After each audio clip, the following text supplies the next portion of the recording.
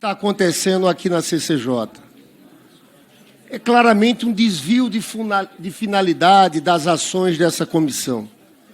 Ao invés de discutir temas de interesses nacionais, a pauta dessa comissão gira em torno de uma coisa só: livrar Jair Bolsonaro da prisão. Essa é a pauta da CCJ. Livrar Bolsonaro da prisão. Ontem foi aquele projeto insano da anistia. Um projeto feito de uma esperteza que praticamente anula todo o capítulo sobre a defesa do Estado democrático de direito no Código Penal. Esses 4 projetos de hoje sobre o Supremo é uma chantagem ao Supremo, é uma ameaça ao Supremo. O que os senhores estão querendo dizer é: o Supremo não pode julgar Bolsonaro. Nós vamos retaliar o Supremo. Tem essa PEC 8, que é sobre decisões monocráticas. Tem uma PEC 28, que dá poderes ao Parlamento de sustar decisões do Supremo sobre controle de constitucionalidade. Isso aqui é uma loucura. Você sabe que teve uma crise gigantesca em Israel contra o governo do Netanyahu? Por isso. Era justamente essa posição que eles queriam lá. Dar ao parlamento o poder de sustar uma decisão do Supremo. Controle de constitucionalidade é com o Supremo. Tem mais. Tem um outro projeto do Sóstenes aqui, que fala, tem 2 projetos, que falam sobre impeachment de ministro do Supremo. Tem um que diz o seguinte, que vira hipótese de afastamento do ministro do Supremo se ele tirar poderes do Poder Legislativo e do Poder Executivo. Olha que coisa vaga. Olha que coisa vaga. Volto a dizer aos senhores, deputado Marco Feliciano, aqui não tem como fugir. O fato é o seguinte: sobre a tentativa de golpe de Estado, tem provas. Na verdade, todo mundo sabe. E está lá na declaração do ministro do Exército e da Aeronáutica do governo do Bolsonaro, que existia um plano para prender o ministro Alexandre de Moraes, para anular o processo eleitoral. Tinha um plano, tinha até uma data, presidente. Você sabia que eles tinham uma data? Pode ler no inquérito, que está feito Tempus Veritatis, tinha uma data, 18 de dezembro. Eles estavam monitorando o ministro Alexandre de Moraes e queriam prendê-lo no dia 18 de dezembro. Então, veja bem, a gente para tudo e essa comissão se transforma nisso, num palco, num circo armado, para tentar impedir a prisão do Bolsonaro, porque é só isso. As senhoras não estão preocupadas nos incêndios no Brasil afora, não estão preocupadas em tema algum. É só isso. É só isso que os senhores pensam. Como evitar a prisão de Jair Bolsonaro. E os senhores sabem que ele vai ser julgado pelo Supremo Tribunal Federal. É questão de tempo a prisão dele. Porque não é normal. E a gente sabe o que aconteceu, tem provas, tem depoimentos. Está tudo lá, senhora presidente. Aí os senhores ficam... Essa anistia que foi votada aqui ontem... Votada não, ontem teve pedido de vistas. Na verdade, os senhores não estão preocupados com aqueles que foram presos no dia 8 de janeiro. É uma medida preventiva. Eu, inclusive, sei que tem deputado nessa casa que está investigado naqueles episódios de 8 de janeiro, como estimuladores, como financiadores. Eu quero alertar os deputados sobre aquele episódio de 8 de janeiro que estão envolvidos. Quem votar, você sabe que um dos motivos da prisão preventiva é quando o acusado quer atrapalhar a investigação. Esse é um dos motivos de prisão preventiva. Eu quero dizer aos senhores, se algum dos senhores está envolvido, estimulando, financiando o ato de 8 de janeiro e votar a favor daquele projeto, é motivo de prisão preventiva. Para os senhores. Eu falo abertamente. Porque prisão preventiva é isso. você a trabalhar uma investigação que é acusado. É isso que os senhores estão fazendo. Senhora presidente, é uma vergonha essa pauta. Para a senhora não há Brasil. Não tem interesse nacional. É só isso. É uma vergonha querer intimidar o Supremo desse jeito. Os senhores deviam ter vergonha do que está acontecendo aqui. É lamentável pautarem uma série de projetos atacando dessa forma, deputado Bacelar, o Supremo Tribunal Federal por esse motivo. O que os senhores queriam mesmo era algum tipo de acordo para livrar esse ex-presidente criminoso. Na verdade, o ministro Alexandre de Moraes descreve muito bem. O que há é uma organização criminosa, em cima de vários inquéritos, são vários inquéritos.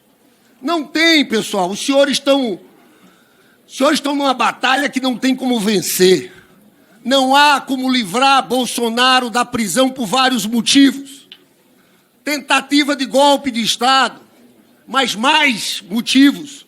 Roubo das joias.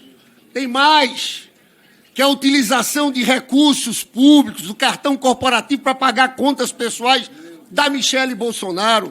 Então isso aqui tudo é conversa furada. Na verdade, o que vocês querem aqui é tumultuar, intimidar, chantagear o Supremo Tribunal Federal para tentar algum tipo de acordo que livre Jair Bolsonaro da prisão. Mas não vão conseguir, senhores. Isso aqui é tudo inconstitucional. Isso aqui não se sustenta. Agora, isso mostra como é que é grave. E essa casa, a gente tem que construir aqui um cordão sanitário, esse é o termo que se usa no mundo, para evitar que bolsonaristas estejam à frente de uma comissão tão importante como a CCJ. Não é nenhum ataque pessoal à senhora, mas essa vertente política e ideológica de vocês não podem estar à frente de uma comissão dessa. Porque o interesse nacional não é colocado como prioridade. É um interesse menor do umbigo bolsonarista que só pensa nisso. É uma obsessão. Como livrar Jair Bolsonaro da prisão? Como tentar intimidar? Como ameaçar Alexandre de Moraes? É vergonhoso estar participando dessa reunião da CCJ com a pauta tão abjeta, tão absurda quanto essa. Gente, eu quero lamentar que esse projeto esteja sendo pautado. Respeitosamente lamentar. Lamentar porque este projeto tem um objetivo. Não é apenas este projeto. Todos esses projetos têm como objetivo uma retaliação institucional ao Supremo Tribunal Federal. A Constituição exige, entre os poderes, independência e harmonia. Exige diálogo institucional. Mas retaliação institucional não tem amparo na Constituição. E, neste momento, o desejo é esse. E não nos enganemos. O ataque ao Supremo Tribunal Federal se dá por dois motivos especiais. Primeiro, porque o Supremo foi indispensável na defesa da democracia e na lisura das eleições que transcorreram em 2022. Quem perdeu a eleição ainda não conseguiu superar a dor da derrota e fica remoendo, tentando dar golpe de Estado, tentando atacar o Supremo Tribunal Federal. Além dessa verdadeira ojeriza que eles têm à democracia, tem um segundo objetivo neste projeto. Tentar fazer uma pressão na Suprema Corte do país para que, de alguma forma, possa aliviar o julgamento dos criminosos que estão sendo acertadamente condenados pelo Poder Judiciário Nacional. Nós não estamos falando de pessoas inocentes que queriam tão somente fazer uma manifestação política. Esta casa foi agredida, o Senado foi agredido, o Supremo Tribunal Federal, o Palácio do Planalto. Se a intenção deles tivesse alcançado êxito, nós não estaríamos aqui. O parlamento estaria fechado.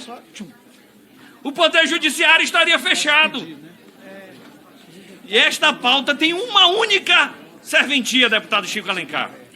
Ela revela, ela escancara que o debate que nós fazemos aqui nesta casa é contra os radicais, os extremistas, os terraplanistas jurídicos,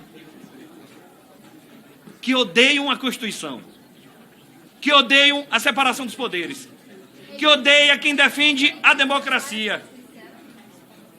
E quanto mais eles vão para o extremo, mais eles se isolam da sociedade. Esse extremismo prejudica a própria direita. Eu queria a direita forte para a gente estar debatendo, mas não a ultradireita radical que tem raiva da democracia e da Constituição. E essa pauta, infelizmente, não cabe à parte, senão eu concederia. É tempo de liderança. E esta pauta isola porque mostra o radicalismo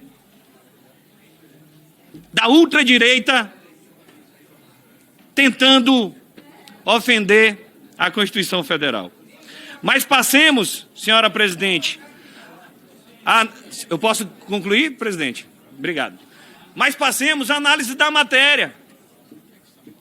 E nós temos um princípio importantíssimo na Constituição Federal que protege o núcleo essencial da Constituição, onde diz, ei, aqui ninguém pode mexer, nenhuma maioria ocasional pode tocar nisso aqui. Isso aqui é a alma da Constituição, é a essência da Constituição. Porque maiorias ocasionais se formam, hora de um governo, hora de outro. Mas na essência da Constituição, ninguém pode tocar. E esta essência, que são as cláusulas pétreas, estão elencadas lá no artigo 60, parágrafo 4º, onde diz, não será objeto de deliberação, não pode nem deliberar. Isso aqui que a gente está fazendo, a qualquer momento pode ser declarado ilegal, inconstitucional. Não será objeto de deliberação a proposta de emenda tendente a abolir a separação dos poderes. E o entendimento mais sábio é que não é apenas quando está tendendo a abolir absolutamente, mas quando está ofendendo na sua essência. E esta matéria, do início ao fim, fere a cláusula pétrea da separação dos poderes. Quem poderia regulamentar tal espaço era o próprio Poder Judiciário. Como muitas das coisas nós decidimos aqui no Poder Legislativo e que não cabe a interferência do Poder Judiciário. Mas esta PEC, repito, do início ao fim, fere a cláusula pétrea do artigo 60, parágrafo 4º, inciso 3 da separação dos poderes. Portanto, a admissibilidade dela deve ser negada. Ela não deve sequer avançar para criar uma comissão especial. O objetivo do Constituinte é dizer que não pode nem deliberar, porque só discutir algo que fragiliza a separação dos poderes é afrontoso para a Constituição. Por isso que não permite nem deliberar. Olha, que antigamente alguém podia dizer, não, mas está começando assim, vai ser emendado, o texto vai ser melhorado. O Constituinte não permite. Sobre a alma da Constituição, não cabe nem a deliberação. E o que nós vemos hoje, na minha modesta opinião, é uma PEC que fere, do início ao fim, a cláusula pétrea da separação dos poderes. Para além disso, ainda que seja superada esse meu entendimento de que fere cláusula pétrea, este projeto demonstra um desconhecimento da atividade do Supremo Tribunal Federal. Se não vejamos, ele não alcança apenas o Supremo Tribunal Federal, mas todos os órgãos jurisdicionais do país. Mas quando se fala, por exemplo, no prazo de vista, o regimento interno do Supremo Tribunal Federal já trata da matéria.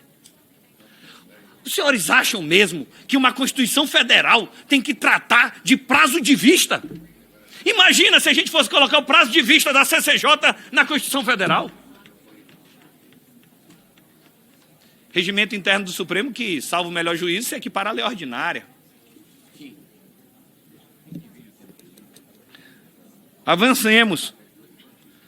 O prazo previsto na PEC, em alguns casos, é maior do que o já aplicado pelo Supremo Tribunal Federal. A PEC prevê também uma obrigatoriedade de determinado projeto entrar na pauta, custe o que custar, desconhecendo como é a multiplicidade de elaboração de uma pauta da Suprema Corte de um país. Esta tendência não é nacional. Infelizmente, ela é global. dos ataques ao Poder Judiciário. Mas eu me filio àqueles que entendo que querem um judiciário forte, independente, corajoso, que faça cumprir a Constituição Federal. Esta é a casa das maiorias. E esse é o nosso papel. O Poder Judiciário não é a casa das maiorias. O Poder Judiciário é a casa de garantia do cumprimento da lei e da Constituição, independente da gritaria ou de quem for desagradado em dado momento. Por isso que nesta discussão eu quero reafirmar o encaminhamento pela inadmissibilidade da PEC para que nós não firamos uma cláusula. Eu estava aqui buscando entender o que é que está acontecendo nessa Comissão de Constituição e Justiça nesses últimos 2 dias. A gente viveu no domingo o processo eleitoral. Dos mais de 5 mil municípios do país foram eleitos prefeitos e vereadores. Do domingo para cá, eu confesso que não tive a oportunidade de andar muito, mas não vi ninguém em porta de quartel, ninguém fazendo movimentação para questionar a urna eleitoral, nenhum partido questionando resultado de eleição nas urnas. E aí a gente chega aqui ontem e o que é que está na pauta dessa comissão? A anistia daqueles que tentaram dar um golpe porque não aceitaram o resultado das eleições de 2 anos atrás. E aí ontem a gente vê a segunda situação. O ministro Alexandre de Moraes, o STF, concedeu a volta do funcionamento do aplicativo X, depois do Elon Musk, o bilionário sul-africano que vive nos Estados Unidos, entender que esse país tem regra e que as regras devem ser cumpridas e que ele não deve ser quintal da casa de ninguém.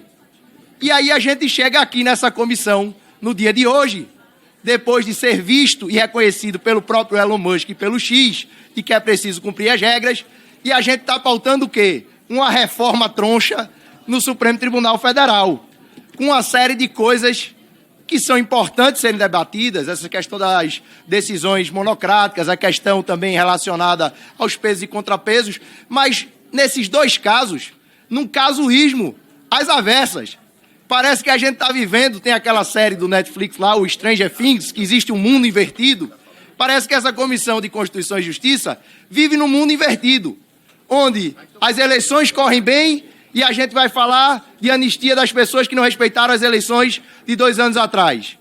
A discussão que vocês passaram muito tempo dizendo que Elon Musk era o salvador da pátria, ia chegar aqui para poder salvar a liberdade, não sei o quê. O Elon Musk decide acatar as decisões do STF, o X voltará a funcionar e agora vocês querem mexer na regra do STF, já que até o Elon Musk decidiu cumprir as leis aqui do Brasil e a Constituição. Eu acho que a gente deve discutir, sim, esses temas importantes, mas discutir com a responsabilidade que o tema pede. E não é num dia como hoje, onde nem sessão no plenário tem, onde a comissão está esvaziada do debate, onde não faz nenhum sentido trazer essas pautas, e que a gente não consegue minimamente entender que esses temas devem ser discutidos sem ser no calor da emoção, muito menos das emoções contrárias que estamos vivendo nos últimos... Pelo tempo dele...